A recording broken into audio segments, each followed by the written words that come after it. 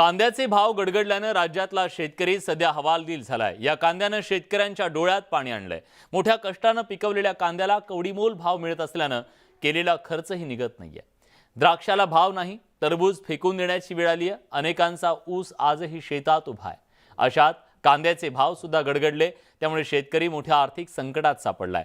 आधीच महागाईने शेतकरी अडचणीत आलेला असताना उत्पादन खर्च जास्त, उत्पन्न कमी अशा दुष्टचक्रात बळीराजा सापडलाय। कांद्याचे दर कोसळल्यानं अहमदनगर जिल्ह्यासह राज्यभरातले शेतकरी हवालदिल झालेले आहेत। मोठे कष्ट करून खर्च करून जो कांदा पिकवला जातोय त्याला अगदी कवडीमोल भाव मिळतोय आणि ही परिस्थिती एकट्या अहमदनगर जिल्ह्यात नाही तर राज्यभरात आहे। मी आता अहमदनगर जिल्ह्यातल्या राहता या बाजार समितीमध्ये आहेत। शेतकरी या ठिकाणी आलेले आहेत आणि कांद्याचा लिलाव पण झाला आहे, मात्र त्यांना अपेक्षित जो भाव होता तो त्यांना मिळालेला नाही आहे। रुपया 2 रुपये आणि 4 रुपये किलोने कांद्याची विक्री होते आहे। काही शेतकरी आहेत। काका, तुम्ही कधीपासून शेती करताय आणि शेती फायद्याची आहे?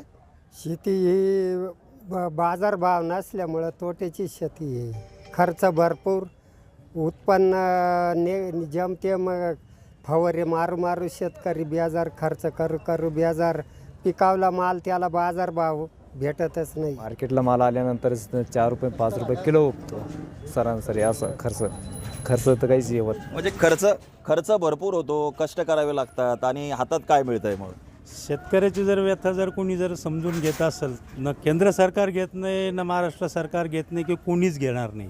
कारण की शेतकऱ्यांचं धोरण इतकं कष्टाचं आणि लाईटच्या अभावी शेतकरी हवालदिल झाले। त्यामुळे काय झालं, पैसे गुंतल्यामुळे लोक व्यापारी पाठवत नाही आता एक्सपोर्टमुळे पैसे पेमेंट येऊन राहिलं, त्यामुळे हा फार मोठा प्रॉब्लेम आहे। व्यापाऱ्यांचे सुद्धा पैसे परदेशात अडकले, त्यामुळे देखील मागणी घटली आहे। बाजार समितीचे सचिव देखील आपल्यासोबत आहे। आज जो दर शेतकऱ्यांना मिळतोय हा खूप कमी मिळतोय, तर बाजार समित्या देखील दर त्यांना जास्त मिळावा यासाठी काय प्रयत्न करत आहे? बाजार समित्या शेतकऱ्यांना दर जास्त मिळावे यासाठीच नेहमी प्रयत्नशील असतात। मागच्या सलग 2-3 वर्षे शेतकऱ्यांना चांगले बाजार मिळाले। अगदी कालच्या लाल कांद्यापर्यंत बाजार टिकून होते, परंतु उन्हाळी कांद्याची प्रचंड प्रमाणात आवक होऊ राहिली आणि त्या प्रमाणात व्यापाऱ्यांनी जो माल बाहेर पाठवला इतर राज्यांनी किंवा श्रीलंकेसारख्या देशामध्ये एक्सपोर्ट झाला, त्याचे 100% पैसे बुडाले व्यापाऱ्यांचे। जसं इतर राज्यांप्रमाणे इथले महाराष्ट्रातल्या शेतकऱ्यांना देखील एकरी अनुदान दिलं पाहिजे। व्यापाऱ्यांची देखील अडचण आहे। व्यापारी कांदा विकत घेऊ शकत नाही, कारण तो पाठवायचा कसा आणि कुठे पाठवायचा, पाठवलं तर त्याचे पैसे मिळणार की नाही ही व्यापाऱ्याची देखील काळजी आहे। शेतकऱ्यांचा प्रश्न आता सरकारनेच लक्ष घालण्याची गरज आहे। हरीश दिमोटे, न्यूज 18 लोकमत, अहमदनगर।